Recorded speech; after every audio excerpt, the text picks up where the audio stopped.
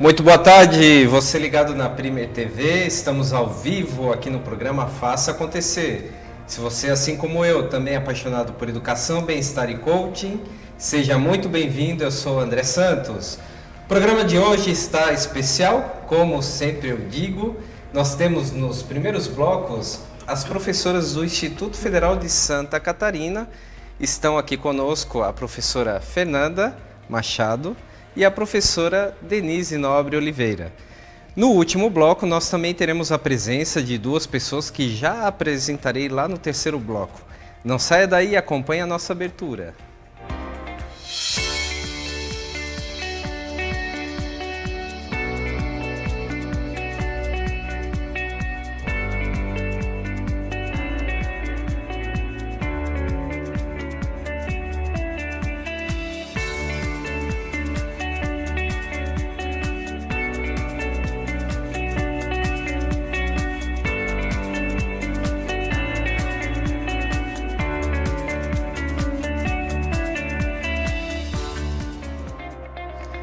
Estamos aqui no programa Faça Acontecer, Educação, Bem-Estar e Coaching.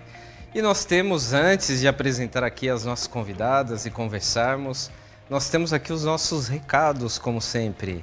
Semana passada eu estive lá em São José dos Campos e tivemos o curso de barras de Axis que foi anunciado aqui no nosso programa durante um bom tempo. Tivemos aí duas participantes, inclusive temos fotos do evento que realizamos lá na Cosmo Beauty, em São José dos Campos, no centro da cidade. E aí temos então as duas novas terapeutas de barras de Axis. Então quem quiser conhecer um pouquinho mais sobre essa técnica pode entrar em contato aí através do WhatsApp da nossa produção, que a gente informa com maiores detalhes. Fica o agradecimento aqui a Ellen e o Alexandre, que são lá da Cosmo Beauty, do centro de São José dos Campos, interior de São Paulo. Também quero comentar sobre uma exposição que está ocorrendo lá na Lagoa da Conceição, aqui na Grande Florianópolis, na cidade de Florianópolis, que é a exposição Light Me, do fotógrafo Marco Alfredo. Marco Alfredo, que esteve aqui no nosso programa, um mês retrasado, e que também nos contou um pouquinho aí sobre o seu trabalho, e esse trabalho de criação, que é esse trabalho fantástico de fotografias com luz de neon. Então fica aí o convite, vai aí até agora o mês de agosto. Essa exposição está numa galeria lá na Lagoa da Conceição, Florianópolis. Também o Charles Cousani, que esteve no nosso programa, mandou um flyer aqui e pediu também para que pudéssemos aí incentivar e convidar as pessoas para que participem do Bazar Beneficente lá da APAI de São José, aqui, né, em São José, Santa Catarina. Então esse bazar que está sendo realizado ou será realizado, né, com mercadorias apreendidas pela Receita Federal, nos dias 9, 10 e 11, fica o convite aí para que todos nós possamos também participar e ajudar nessa causa tão nobre que é a APAI, que ajuda a várias pessoas. Fica também o convite da Musicar, da professora Nájila Santos, que está aí com matrículas e inscrições abertas para o curso de educação musical, que serve para qualquer tipo de professor que queira trabalhar com música em sala de aula. Agora sim, depois de tantos recados e tanto tempo de espera, professoras Denise e Fernanda, sejam muito bem-vindas ao nosso programa. Obrigada, André, pelo convite. Muita satisfação estar aqui. Trabalhamos juntos aí durante um tempo lá no Instituto Federal de Santa Catarina. Certo. Elas continuam, né? Eu não. Mas o que eu tenho a dizer é que foi uma época muito divertida. E quando a gente se diverte trabalhando, isso é muito bom, não é? Muito bom. É verdade. Foi muito bom. Professoras, então contem um pouquinho de vocês, apresentem-se para que o nosso telespectador possa conhecer um pouquinho dessas pessoas que também fazem acontecer. Bom, eu sou a Denise, né? Eu tenho uma formação em letras, língua inglesa e portuguesa, trabalho atualmente só com língua inglesa Tenho um mestrado em Linguística Aplicada na Universidade Católica de Pelotas e o doutorado eu fiz aqui na Universidade Federal de Santa Catarina, em língua inglesa. A minha tese focou em ensino de fonética e fonologia. Meu Deus! Adoro! E a professora Denise não é nascida em... Fortaleza. Isso, então, ó, Fortaleza, e estudou lá em Pelotas, veio parar em Florianópolis. Foi, minha graduação foi em Fortaleza, mestrado em Pelotas e doutorado em Santa Catarina. Perfeito. Professora Fernanda? Bem, eu sou Fernanda, então, professora de inglês desde 2004. Sou formada em letras em inglês pela Federal de Santa Catarina. Fiz o mestrado também na área de linguística aplicada, na Federal de Santa Catarina.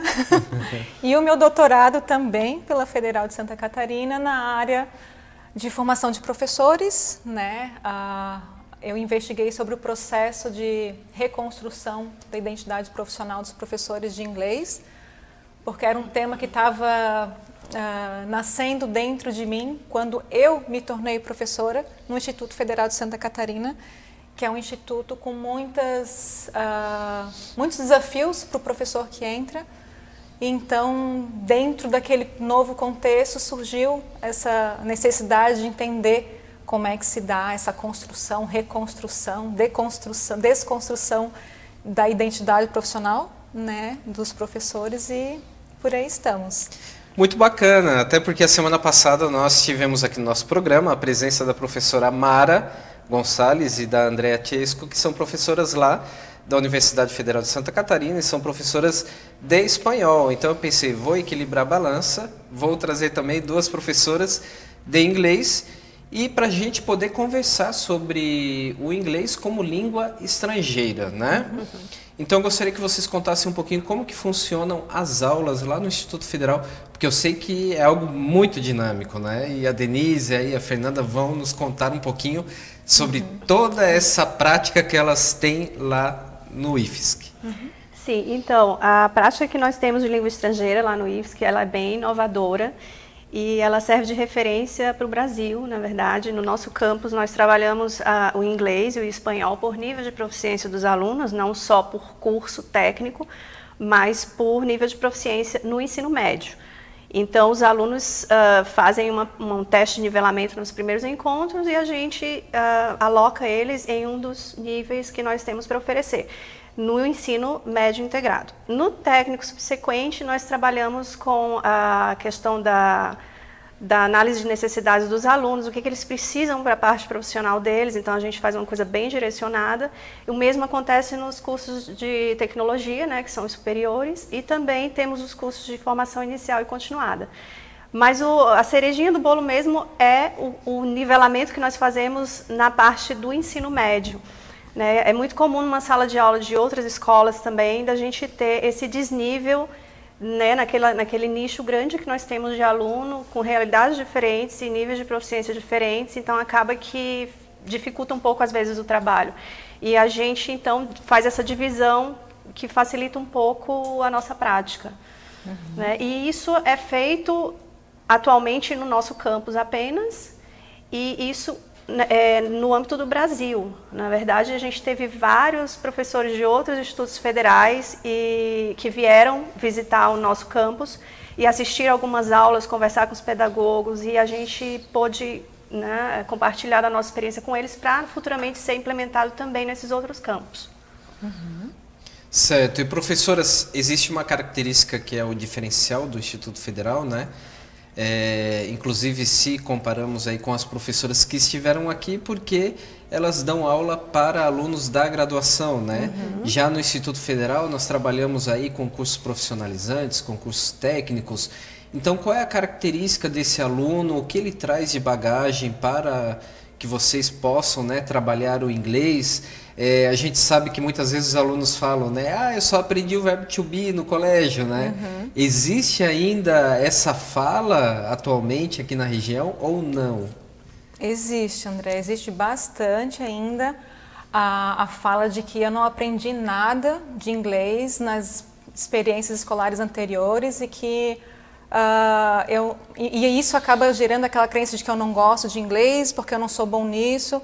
Então a gente, né, tem o hábito de no início do semestre tentar desconstruir essa questão de que o inglês está resumido ao verbo to be, que nunca ninguém entende, né? De que a língua é nossa, então também desconstruir essa ideia de um falante nativo ideal, que eu tenho que ser igual a ele, que eu tenho que falar igual a ele, né? Então, muitos alunos vêm, professora, eu vou aprender o inglês americano ou o inglês britânico, e a gente fala, não, a gente vai se apropriar da língua para a gente conseguir se comunicar, né? Então, a gente pode utilizar a língua criativamente, a língua é nossa, a língua não é do outro, até por isso que hoje em dia a gente usa o termo língua adicional e não tanto a língua estrangeira, porque a língua estrangeira traz essa ideia de que a língua é do outro, e a língua adicional inclui, né, uma língua que eu uso, eu me aproprio dela para agir no mundo, né? Então, acho que eles começam a se sentir muito à vontade quando tira esse peso de que eu tenho que atingir aquele nível inatingível, na verdade, porque nunca seremos falantes nativos, né?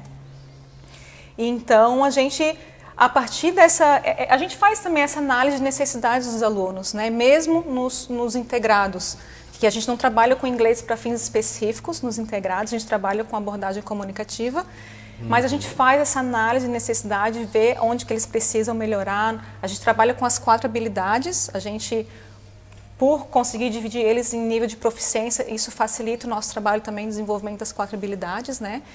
E a gente também trabalha com projetos, e a gente tem um projeto que a gente tem muito carinho, porque vem trazendo resultados muito bacanas, que é o Festival de Filmes. A gente já conseguiu fazer uma edição internacional com parceria com uma professora do Peru, professora Caroline, que foi nossa aluna na UFSC, conheci ela lá fazendo doutorado. Que legal. Então, os nossos alunos produzem filmes, né? E eles comandam tudo, desde o tema, do uso de tecnologia. A gente trabalha os gêneros de filme dentro de sala, então a gente trabalha a questão de escrita, de análise daquilo que eles estão fazendo, né? Isso. A oralidade, porque eles precisam gravar o filme. E também aproveita e trabalha aquelas habilidades também que são tão importantes hoje em dia, que a gente não está usando tanto, assim, que são habilidades interpessoais, né, de chamar o grupo para trabalhar, de ouvir o outro, de trocar uma ideia com o outro. Socioemocional. Exatamente, né? É a oportunidade que eles têm para fazer isso também, né, trabalhando nessa construção. Isso que é o bacana, professoras, porque eu também como professor de língua estrangeira sei, né, que nós podemos trabalhar muitas coisas aí através do ensino de idioma. Mas nós já chegamos ao primeiro intervalo aqui. A sensação do tempo passa tão rápida que parece que a gente não conversou quase nada, né? Então nós vamos a um rápido intervalo e já na volta continuaremos sobre esse tema. Segura aí. Bom. Tá.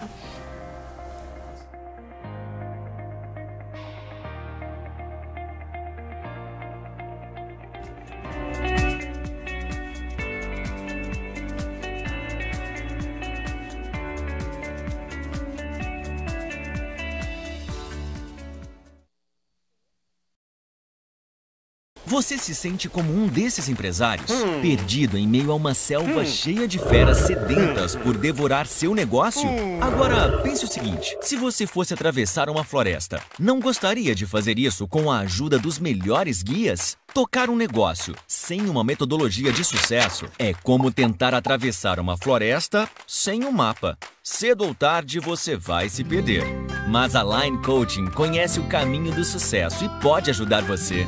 Ao longo de quase 2 décadas, já trabalhamos com dezenas de milhares de empresários, transformando empresas desorganizadas em modelos de negócio precisos e eficazes. Você aprenderá os 12 passos usados nas melhores empresas do mundo e poderá aplicá-los imediatamente no seu negócio, alcançando resultados imediatos, além de mudanças a longo prazo. Line Coaching. Acesse agora mesmo o site e obtenha as coordenadas para assumir o controle do seu negócio.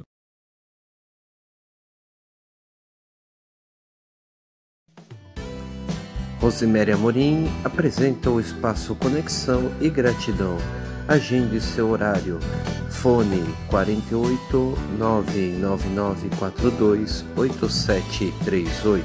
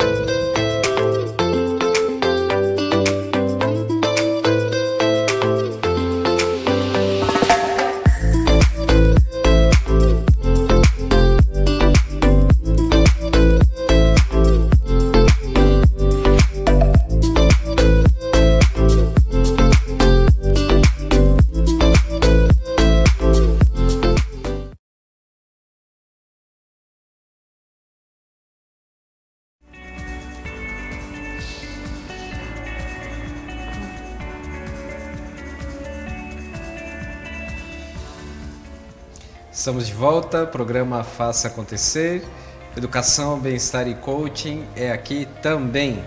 Então, no bloco passado estávamos falando, né, professoras, sobre aí a montagem de filmes, né? Isso. Esse projeto parece bem interessante e o processo é interessante também, não é? Então, esse projeto, a gente chama de Movie Festival, ele nasceu de uma necessidade dos alunos também de fazerem alguma coisa diferente em sala de aula, né? Sair da sala de aula, trabalhar no nosso campus, que é um campus tão grande, tão bonito, né?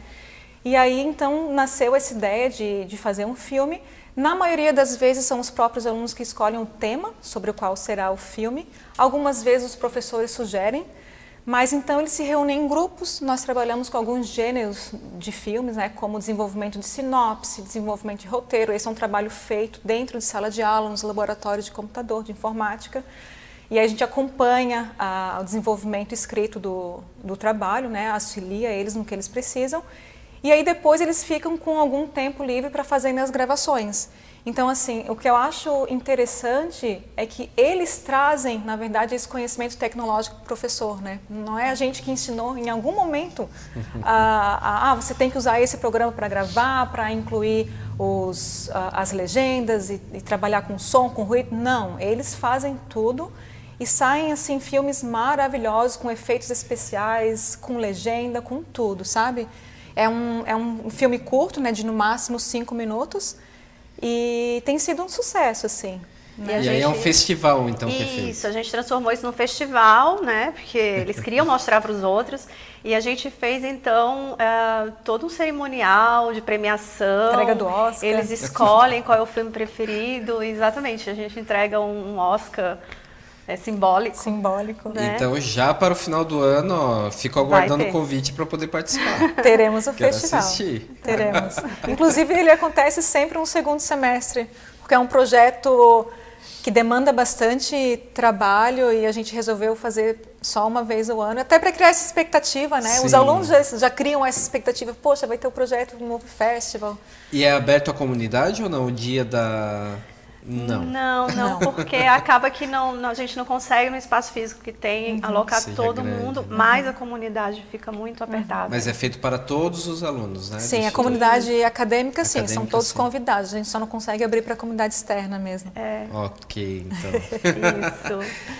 Professoras, fale um pouquinho também sobre o FIC, o que significa e o que é trabalhado. Isso, o FIC é uma modalidade que nós temos também de cursos lá no Instituto Federal, que são os cursos de formação inicial e continuada.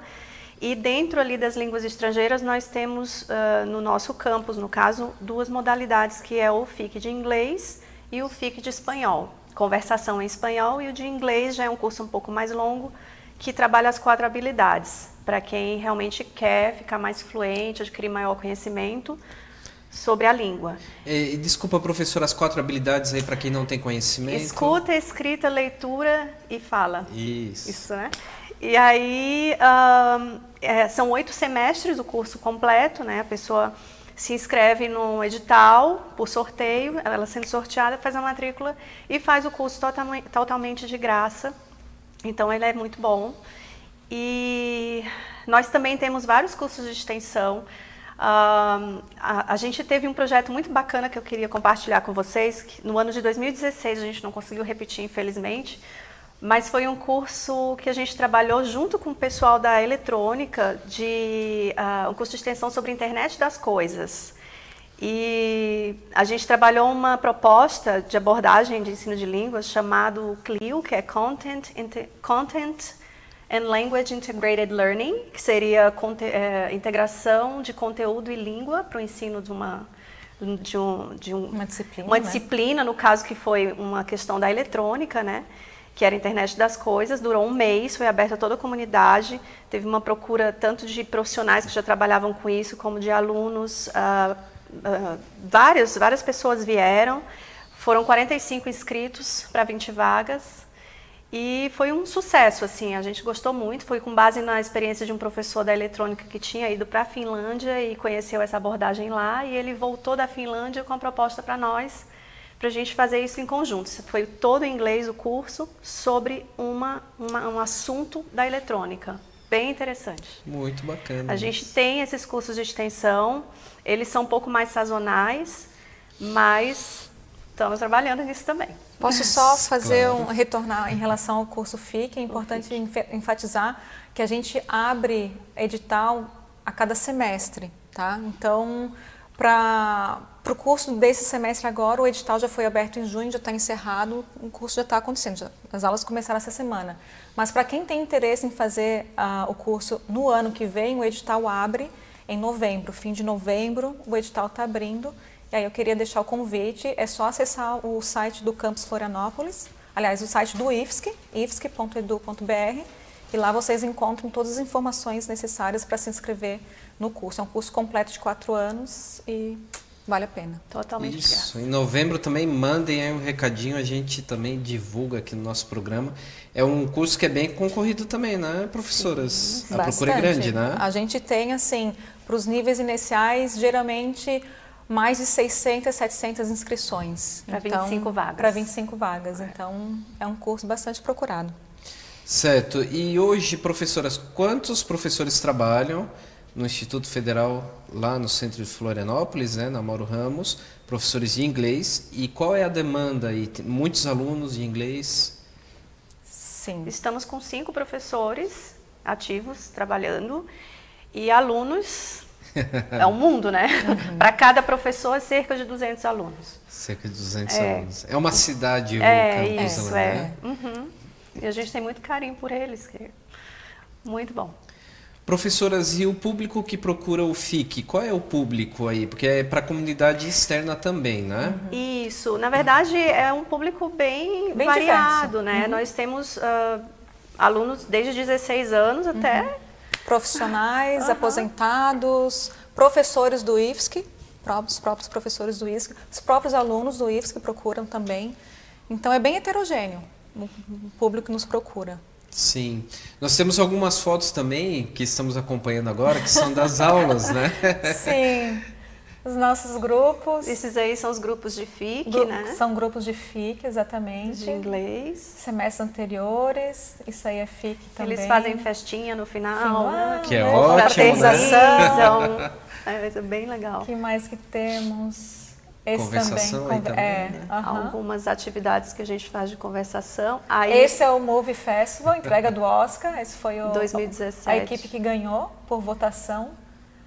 Inclusive vestido de nosso colega ilustre. É um colega que a gente tem lá, né? De espanhol. De alguns anos atrás. De alguns anos atrás, a professora Caroline. Aí foi um pessoal do Instituto Federal Fluminense que foi conhecer o ensino por níveis. Foram lá conversar com os alunos para saber a opinião deles. Esse é um professor do Instituto Federal Catarinense, do campus São Francisco do Sul. Também esteve lá para saber e conhecer. É muito dinâmico, né, professoras, a vida no Instituto Federal, né? É muito dinâmico. Sim, a gente vive conversando, nossa, né, eu não me canso de trabalhar no IFSC porque sempre tem possibilidades de projetos para desenvolver, né, para colocar também os nossos interesses de pesquisadora em prática. Então, é um instituto que oferece muitas possibilidades para os professores também e também para trazer o aluno para o mundo da pesquisa, né? É uma instituição tecnológica. Então, assim, é um universo de possibilidades mesmo. Universo de possibilidades, excelente. E aí, então, o inglês trabalhado é o comunicativo, né? Isso, a abordagem comunicativa é o que a gente trabalha nos integrados, né? Nos cursos de ensino médio integrado ao técnico. Aí pode comentar um pouquinho, professor, até para que o nosso telespectador possa entender... Porque a gente sabe que as aulas são diferenciadas, né? O professor não vai chegar lá e ficar falando em inglês o tempo todo, só ele, né? Sem os alunos interagirem. Tem uma interação também, né? O professor, ele funciona mais como um facilitador da aprendizagem, ele media as interações dos alunos, fornece algum subsídio que o aluno precise para poder realizar alguma tarefa. Então, é mais nesse sentido. E a gente sempre tenta perceber qual é a necessidade que o nosso aluno tem. Se é os alunos que já são mais fluentes, a gente tenta ver uma questão mais acadêmica e traz isso para a sala de aula, né? E assim como os que têm mais necessidade de trabalhar mais a questão da oralidade, a gente também traz isso daí para eles. A gente está sempre tentando perceber o que está precisando ali no aluno. E a abordagem comunicativa é isso, né? A gente trabalha ali junto com o aluno, lado a lado, e mais tentando facilitar a interação deles. E a gente tenta trazer também essa questão de desenvolvimento de pensamento crítico, né? Então, trazer para o aluno desafios para quebrar estereótipos, né? Hoje a gente lida com diversidade, com inclusão, a globalização trouxe esses desafios para a gente, né? Então, no momento que a gente não tem mais fronteiras, também a língua muda, né? Então, eu estava comentando sobre a questão do ideal do falante nativo. Hoje a gente, em inglês, nós temos mais falantes não nativos de inglês do que falantes nativos. Então, a chance de um aluno nosso falar com um falante não nativo é muito maior do que com um nativo, né? Exato. E diante disso, então, a gente foca na construção de significado, né? Na negociação de significado. E é isso, então tirar aquele peso do falante nativo ideal e focar na construção e negociação de significados, né?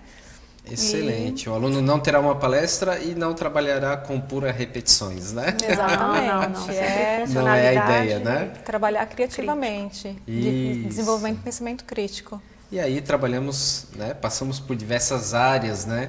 Eu sempre falo que o professor de idioma tem essa vantagem porque pode trabalhar diferentes atividades, Sim. N atividades, né? E aí vai da criatividade tanto do professor como também dos alunos, né? Exatamente. Professoras queridas, eu quero agradecer a presença de vocês aqui no nosso programa Faça Acontecer, porque vocês são pessoas que realmente fazem acontecer.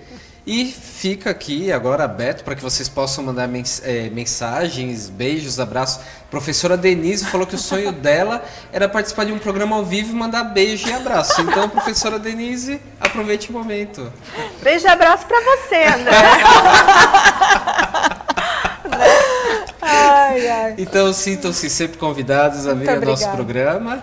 E nos encontramos aí sempre, porque estamos sempre aqui falando sobre educação. Muito obrigada pelo convite, André. E a oportunidade de poder falar um pouco sobre o nosso trabalho no IFSC. Excelente. Então, nós já retornaremos e agora o tema surpresa aí. Temos duas convidadas que já sentarão aqui nas nossas cadeiras.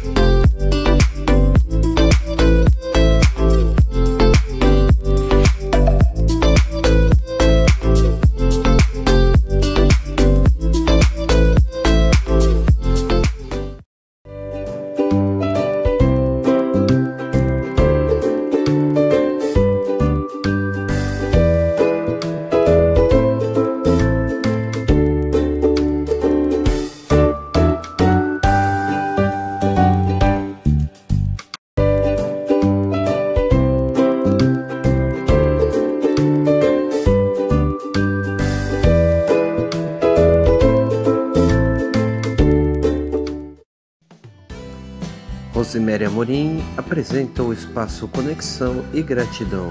Agende seu horário. Fone 48 99942 8738.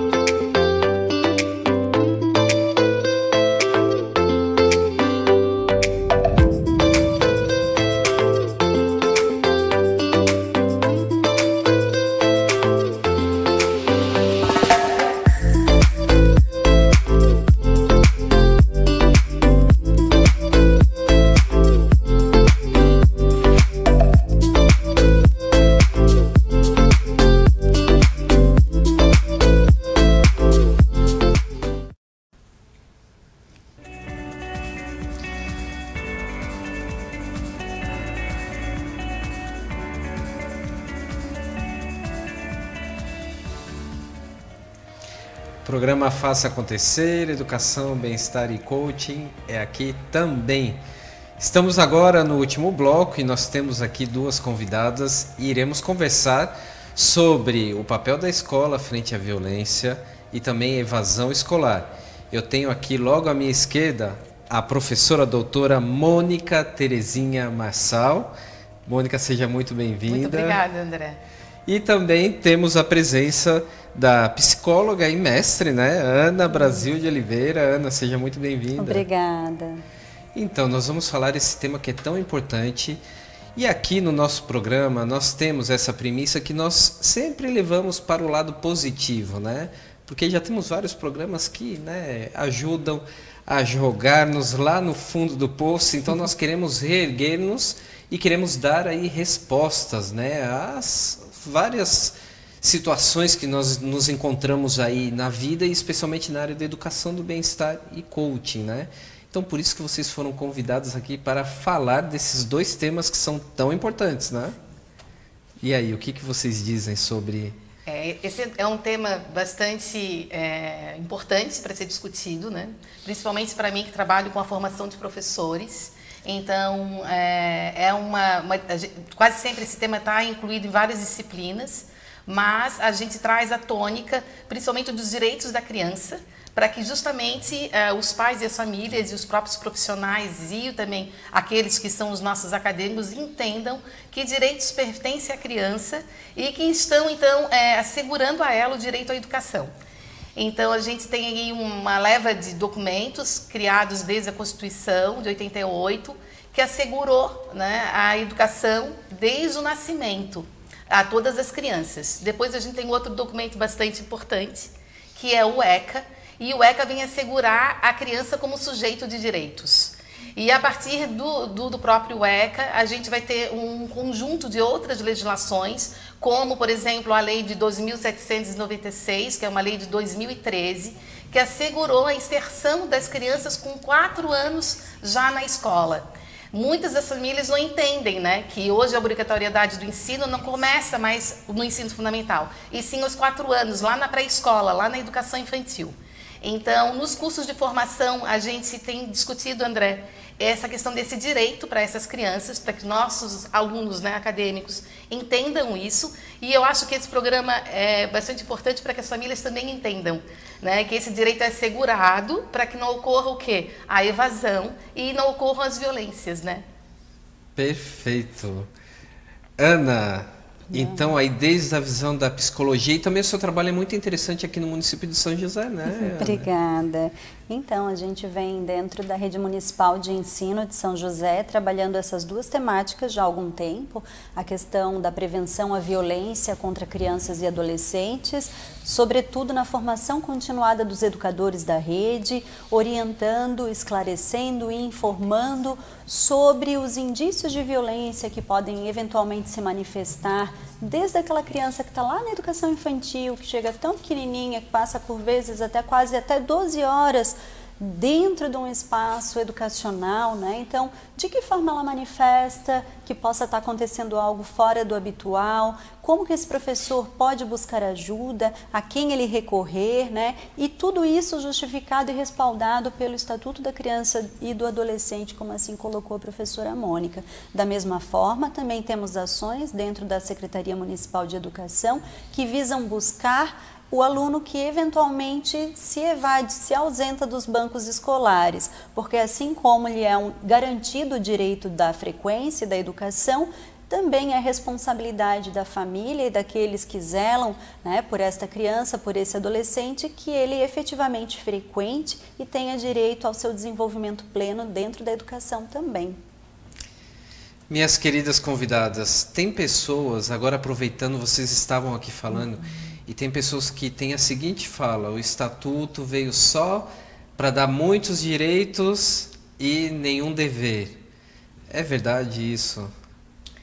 Na minha opinião, as crianças têm direitos, né? Os deveres cabem a nós adultos. Exatamente. Que boa fala, Mônica. Sim, né? Então a criança tem que ter assegurado vários direitos, né? A gente tem aí, desde da primeira grande documento, foi a de Genebra, a Declaração de Genebra de 1924, que assegurava 5 princípios básicos. Hoje a gente tem vários, né? 1989 foi um ano marcado pela Convenção Internacional da Criança, e aí foi principalmente dividido em 3 grandes campos de direito: o direito à provisão, o direito à participação e o direito à proteção.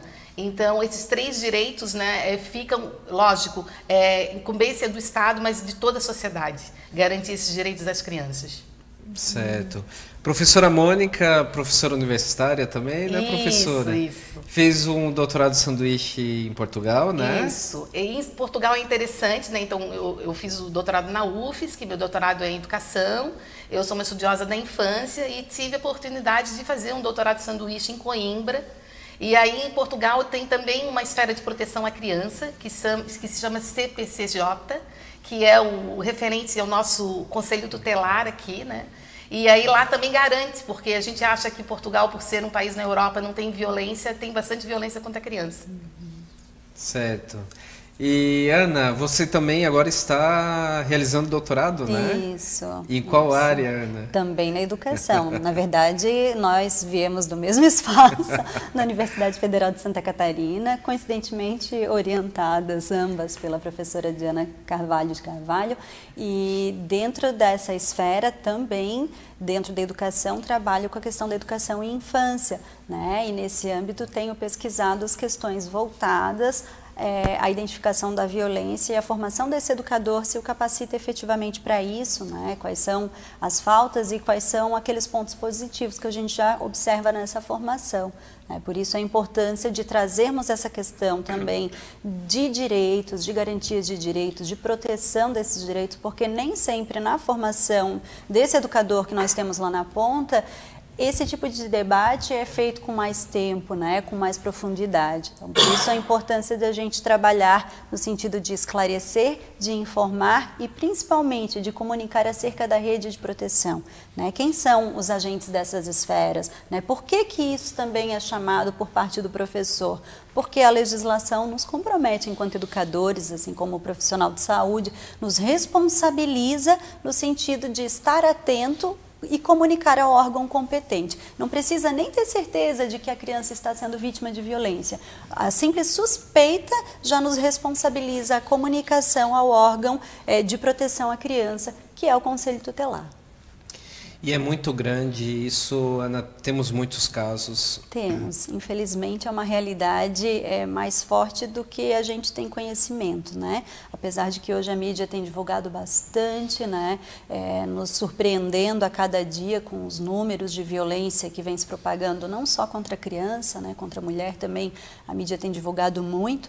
Por isso a importância da gente trabalhar a educação dessa criança já precocemente, né? Para que a família tenha o entendimento da importância de conversar com essa criança, de trabalhar a educação dessa criança para a prevenção. Então, como eu vou prevenir aquilo que eu não conheço?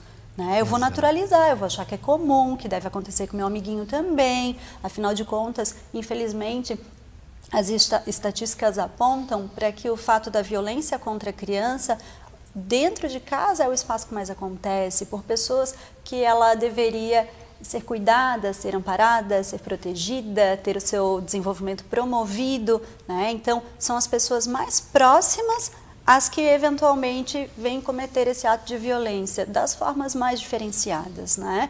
Seja de ordem violência física, da negligência, da violência sexual, né? E independente de faixa etária. A gente percebe que, seja menino, seja menina, em espaços diferenciados, de idade diferenciada, por isso a importância da gente conversar sobre esses assuntos para que a criança desnaturalize a violência também. Certo. E com relação à evasão escolar, como estão os dados atuais e o que a escola tem feito com relação a isso, né? Porque também nós escutamos aquele velho discurso que a culpa é da escola e, na verdade, a culpa não é da escola, né? Existe um culpado na história, quem é esse culpado na história e o que podemos fazer, né?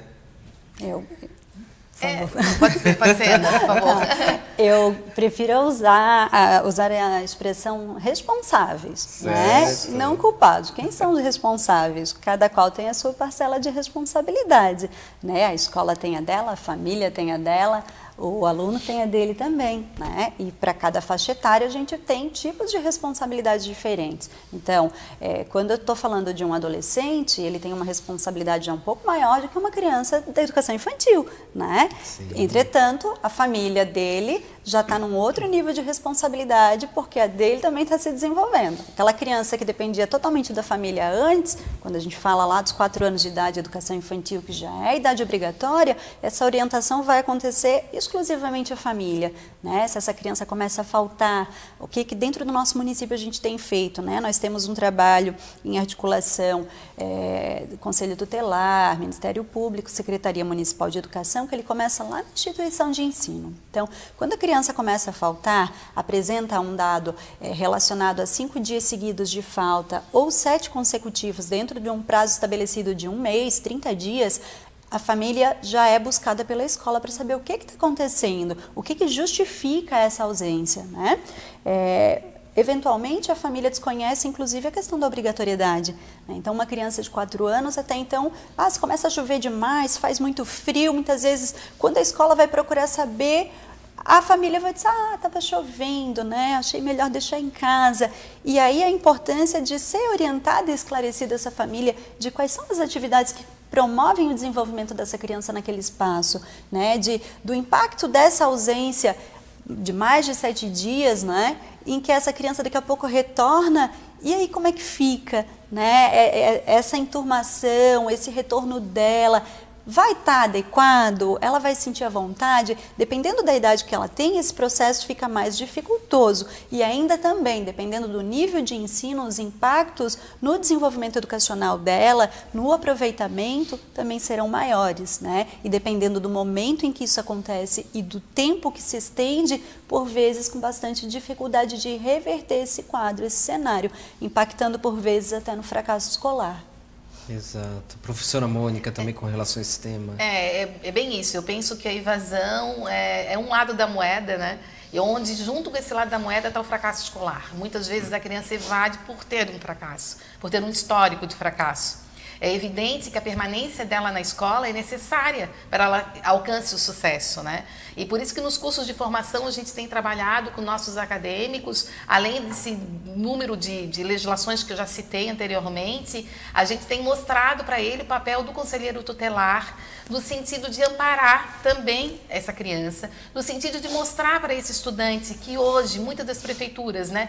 As prefeituras hoje têm os conselhos tutelares conforme o seu número de habitantes. No caso, por exemplo, de São José, a gente tem 2 conselhos tutelares, né? Porque é uma população de 200 e poucos mil habitantes, cada 100 mil se monta um conselho tutelar. Florianópolis, por exemplo, tem 5 grupos de conselhos tutelares. Os conselhos tutelares acompanham a frequência dessas crianças por essa plataforma que é o Apoia, tem o nome de Apoia, onde a frequência da criança, mesmo a criança da pré-escola, a criança com 4 anos, ela é lá demarcada, né? Ela é sinalizada, e aí, lógico, a falta recorrente dessa criança por mais de 5 dias aciona o trabalho do conselho para ir à casa dessa criança e saber, afinal, o que está acontecendo. Por que ela não está indo, né? Está evadindo ou não está frequentando por quê? Então, hoje a gente conta, já que a gente tem falado desse lado otimista das coisas, a gente tem que dizer que o apoio é bastante importante, que ele acompanha essas famílias que podem estar sofrendo algum risco, estar passando por algum problema,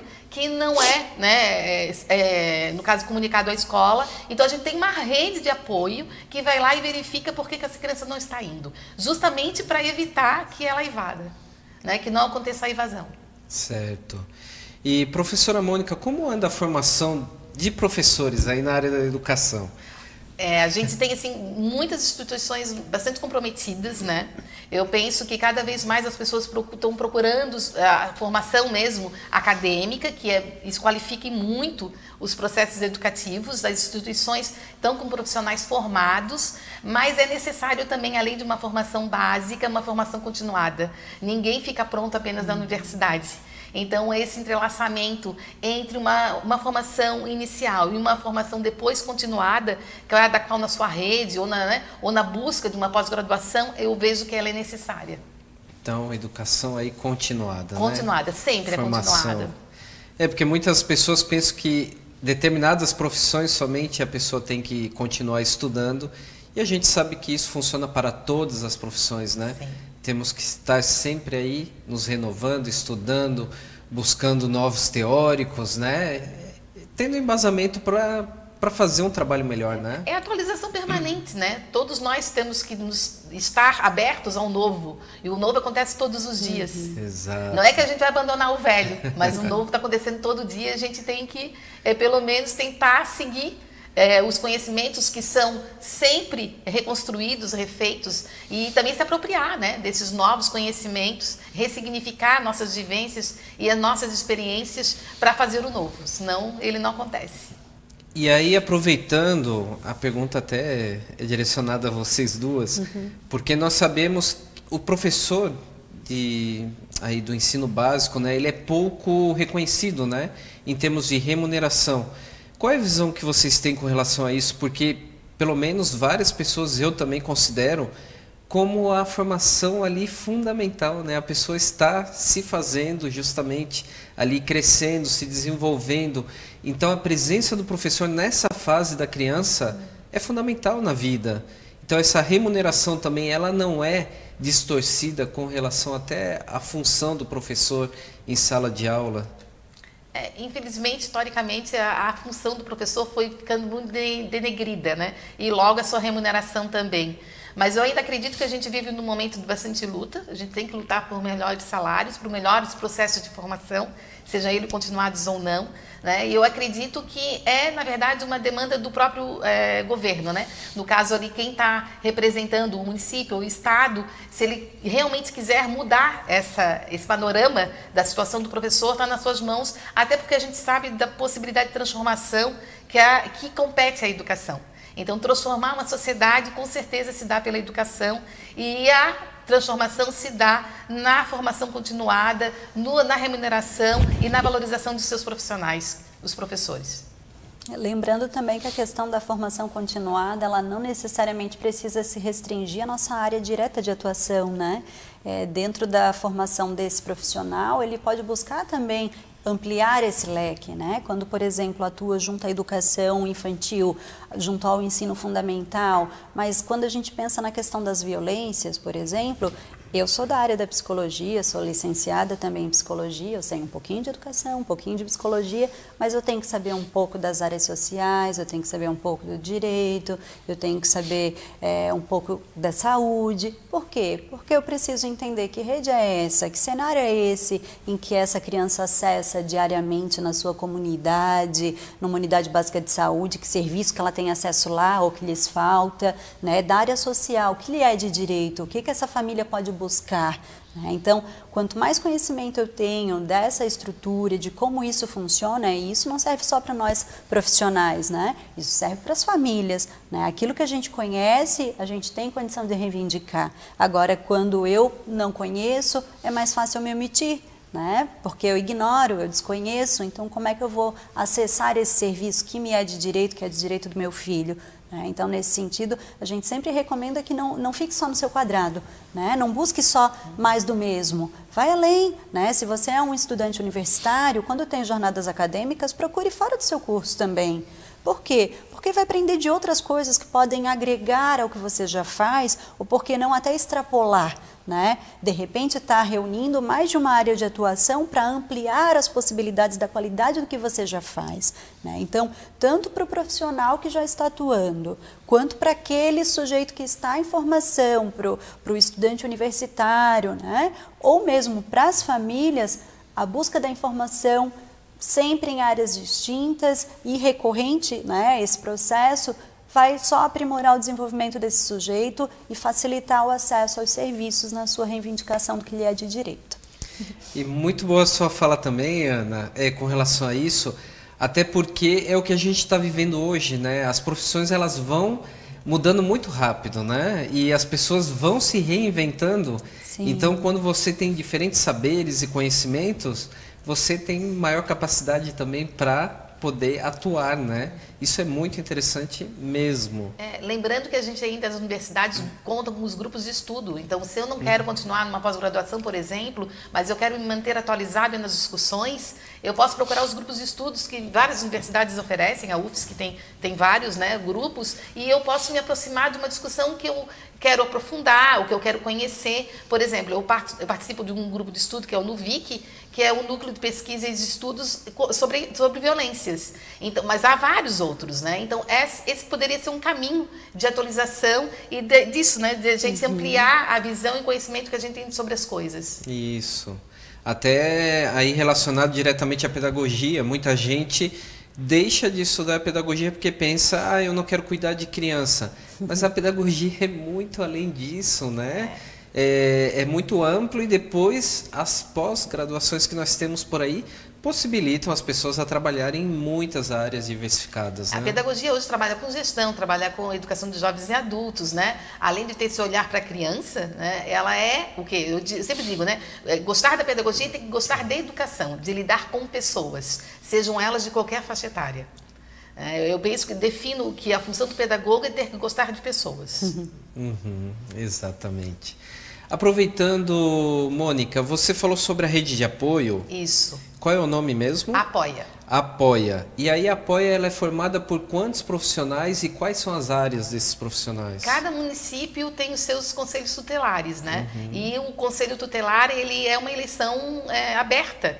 Qualquer pessoa de qualquer área, lógico que cada município vai definir suas regras. No caso de São José, ele é aberto para qualquer graduação.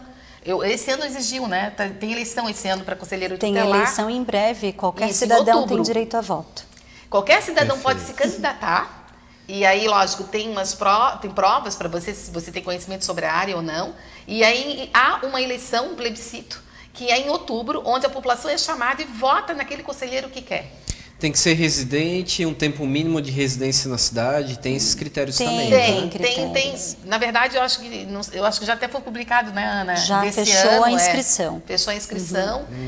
Mas assim, a gente sabe que também em Florianópolis, né? Então daqui a 4 anos novamente se abre esse tal que vai fazer, então, de livre acesso, né, toda a população à escolha dos novos conselheiros tutelares. E lembrando que o Apoia é uma sigla, né? Aviso por infrequência escolar, né?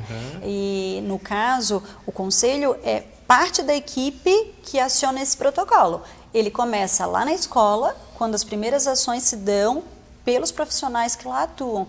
A professora, o especialista, o diretor, que vai buscar, né? Vai fazer a busca dessa família, dessa criança. No caso específico de São José, passa ainda pela Secretaria de Educação, que tem uma equipe especializada, da qual eu também faço parte, e que daí a gente, quando a escola não conseguiu, ela primeiro comunica à Secretaria de Educação, que faz a busca desse aluno na sua comunidade. Então, a gente faz a visita domiciliar, busca verificar se esse endereço, né, de fato procede ao endereço da família. Se a família não mais lá está, a gente busca a informação com a comunidade. Se não encontra, segue para o conselho. Depois da atuação do conselho, se ele não retorna ou se não localiza, ainda se aciona o Ministério Público. Então, são todas essas esferas reunidas para buscar esse aluno no que é de direito dele, que é a frequência escolar, né, para o seu desenvolvimento e, por consequência, visando o sucesso escolar dele. E quando nós vemos uma criança, um adolescente que esteja em situação aí vulnerável, qual é a primeira atitude que nós devemos ter? Eu sempre digo que a escola é um grande para-raio, né? E aí a função do professor, ela extrapola o ensinar. É o professor que vai, de certa forma, olhar para aquela criança e perceber, ou ela está muito quieta, ou ela está muito agitada, ou ela está muito agressiva, ou ela não está correspondendo, né, ao aproveitamento escolar que se esperava. Então, ele, junto com a equipe de apoio, supervisores, orientadores, né, a direção, essa família é chamada a dizer, olha, o que está acontecendo com essa criança, né? Porque a gente observa que houve, de repente, uma transformação, aquela criança não agia dessa forma e passou a agir. Então, o que está levando ela a agir desse jeito, que até então ela não agia? Então, o olhar desse professor, esse olhar sensível para essas questões, se dá na escola. É o professor, né, que vai realmente, porque ele está acompanhando essa criança, está olhando essa criança e está percebendo que ela não está bem. Então, e aí é sinalizado. Eu acho que a escola muitas vezes ajuda a toda a outra equipe interdisciplinar, no sentido de psicólogo e tudo mais, a sinalizar que aquela criança não está bem. Então, se ela não está bem, pode ser por N motivos, né? Ela pode estar sendo realmente violentada, ela pode estar passando por alguma situação que a família não está conseguindo cuidar bem dela. Então, há vários motivos que a escola, ao procurar a família, consegue, de certa forma, verificar qual é o ponto, né, da questão. Até mesmo para o fortalecimento dessa família, né?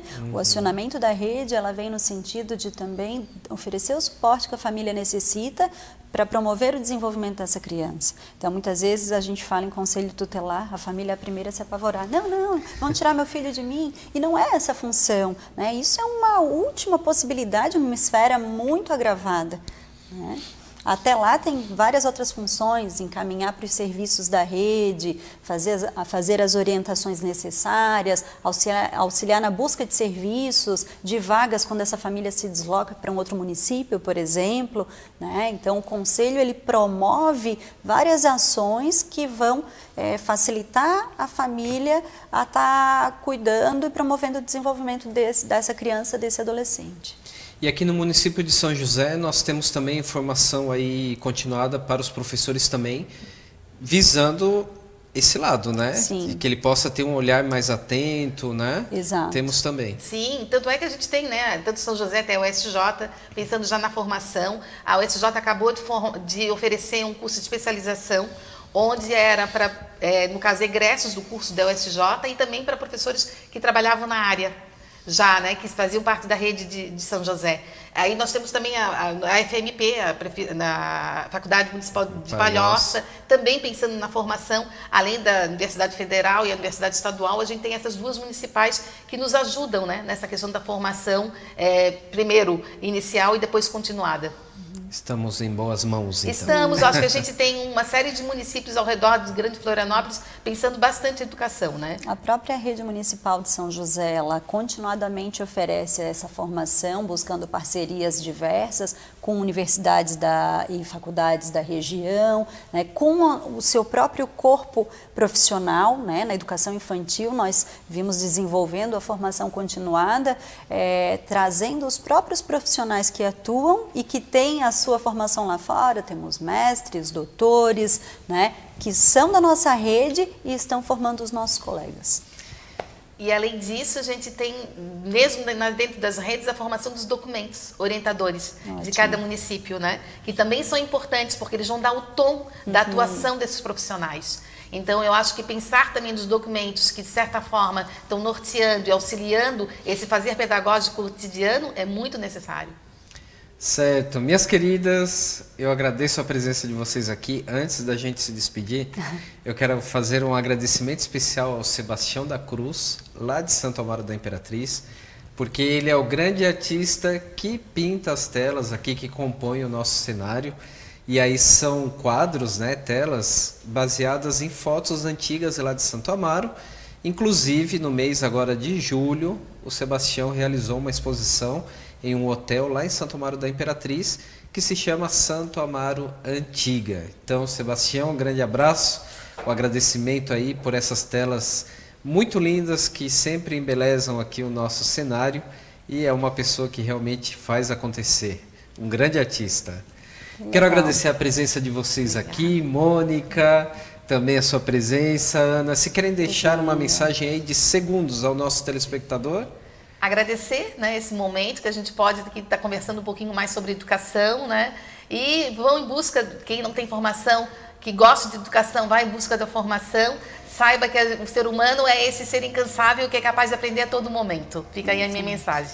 Excelente. Busquem informação, vão atrás daquilo que lhes é de direito, e o meu abraço, né, a todos aqueles que participam da nossa formação. Um abraço à minha família, em especial à minha filha Alissa. Não posso sair sem deixar esse abraço. Que da outra vez já veio o pai dela aqui, o Alexandre, e faltou isso. Bom, nós temos um novo encontro, então, aí a semana que vem, do programa Faça Acontecer, às 4h30. E aqui estará presente o escritor Celso da Silva, contando um pouquinho sobre os seus trabalhos. e também a Silvana Jutel, lá da Ancestry Line, que vai falar um pouquinho sobre cidadania, serviços de cidadania estrangeira. Forte abraço, nos encontramos na próxima semana.